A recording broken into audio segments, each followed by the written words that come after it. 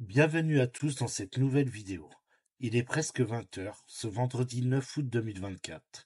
Sous le soleil encore brûlant de Lombardie, Fabio Ravasio, juché sur son VTT, fonce à toute allure sur les petites routes qu'il connaît par cœur. Âgé de 52 ans, ce marathonien chevronné n'a rien à envier aux plus jeunes cyclistes. Son endurance et sa cadence, régulière comme un métronome, le portent avec aisance sur les reliefs.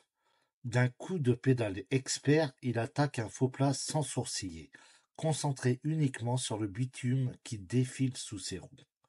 Encore quelques kilomètres, la Via Vela, et il sera de retour chez lui, à Parabiaggio. Absorbé dans son effort, Fabio ne remarque pas le jeune homme qui téléphone sur le bord de la route à une intersection. Il n'entend rien du monde qui l'entoure. Ce moment d'inattention va lui coûter la vie. Devant lui, une voiture noire accélère brusquement. À son bord, deux silhouettes indistinctes, à peine visibles derrière les reflets du pare-brise. Sans crier gare, le véhicule change de voie et fonce droit sur Fabio. Le cycliste a-t-il seulement le temps de comprendre ce qui va se passer? Probablement pas. L'impact est d'une violence inouïe. Le corps de Fabio est projeté contre la barrière de sécurité, avant de retomber lourdement dans un champ bordant la route. La voiture noire disparaît aussi vite qu'elle est apparue, ne laissant derrière elle que le VTT disloqué et un Fabio inerte, gisant sur la terre. Une automobiliste s'arrête peu après, confuse, n'ayant pas vu grand-chose de la scène. Seul l'homme au téléphone, quelques mètres plus loin, a tout observé. Un autre témoin, choqué, s'effondre au milieu de la chaussée, bloquant la circulation. Lorsque les carabiniers arrivent, ils sont plongés dans l'obscurité la plus totale. Pourquoi cette voiture a-t-elle délibérément percuté Fabio? Pourquoi ne s'est-elle pas arrêtée? Fabio lui-même ne pourra plus répondre à ces questions.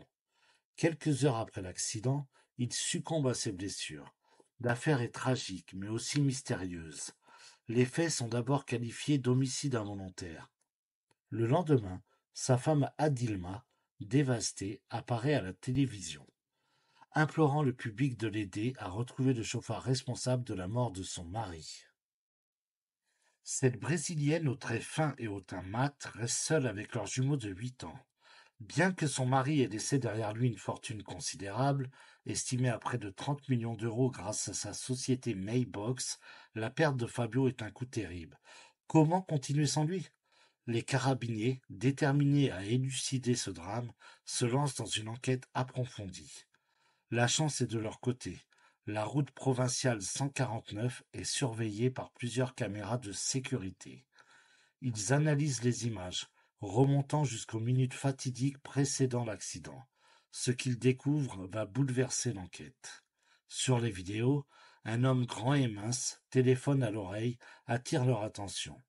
Il se trouve précisément à l'endroit où Fabio a été percuté. Ce qui les intrigue encore plus, c'est l'apparition de la voiture de l'automobiliste qui a signalé l'accident. Elle arrive sur les lieux quelques secondes après le drame, mais affirme n'avoir rien vu de la voiture noire sur la longue ligne droite précédente. Une incohérence? Peut-être. Ou alors la voiture bélier, une Opel Corsa noire, a délibérément attendu son moment pour surgir. Les enquêteurs découvrent rapidement que le véhicule tueur était stationné sur un chemin de campagne, prêt à surgir sur la route au moment exact où Fabio approchait.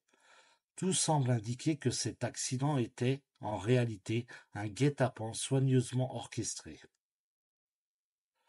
Qui pouvait en vouloir à Fabio Ravasio? Les carabiniers commencent à soupçonner sa veuve, Atilma. Après tout, elle hérite d'une fortune considérable, et son passé trouble ne plaide pas en sa faveur. Deux de ses précédents maris sont décédés dans des circonstances mystérieuses. La malchance la poursuit-elle, ou bien y a-t-il autre chose derrière ces tragédies? En creusant davantage, les enquêteurs découvrent qu'Adilma est toujours mariée à un autre homme, Marcelo, dont Fabio ignorait peut-être l'existence. Pire encore, il se demande si Fabio doutait de la paternité de ses jumeaux. Ces dernières semaines, il paraissait préoccupé. En fouillant la vie privée d'Adilma, les enquêteurs découvrent une femme aux mœurs légères. À Parabiaggio, elle aurait enchaîné les liaisons. Un garagiste, un barman, même un chômeur. Tous ses amants semblent prêts à tout pour ses beaux yeux. Jusqu'à tuer. L'homme au téléphone est finalement identifié et interrogé. Il craque sous la pression. C'est lui, sur ordre d'Adilma, qui a prévenu la Corsa Noire de l'arrivée imminente de Fabio. En échange, la veuve lui avait promis un appartement. Quant à l'identité du conducteur de la voiture, c'est Igor, le propre fils d'Adilma, qui était derrière le volant, obéissant sans réfléchir aux ordres de sa mère.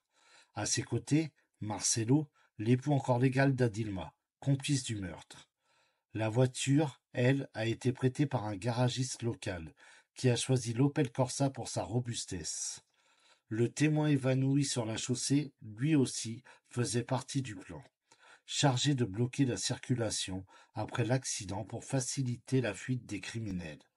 C'était un piège méticuleusement planifié, où chaque acteur avait son rôle. Mais un détail intrigant reste à élucider. En perquisitionnant le domicile d'Adilma, les policiers découvrent une étrange collection d'organes d'animaux congelés. Cœur de chien, cervelle de mouton, viscères de poulet. Que faisait-elle avec ces abats?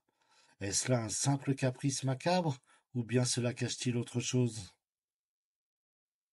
Un amant d'Adilma, Massimo, barman de son état, éclaire les enquêteurs. Adilma serait une prêtresse du candomblé, un culte brésilien d'origine africaine, connu pour ses rituels de magie noire. Selon lui, Adilma avait ensorcelé tous ceux qui l'entouraient. Était-ce son charme, sa fortune, ou un véritable envoûtement qui poussait ses amants à tuer pour elle? Difficile à dire. Aujourd'hui, Adilma croupit en prison, accusée de meurtre. Mais les mystères qui entourent cette femme aux multiples visages, entre séduction et sorcellerie, restent encore épais. Une question demeure. Qui était véritablement Adilma Pereira Carneiro, cette veuve noire qui avait fait tomber tant d'hommes dans sa toile? Merci d'avoir suivi cette vidéo.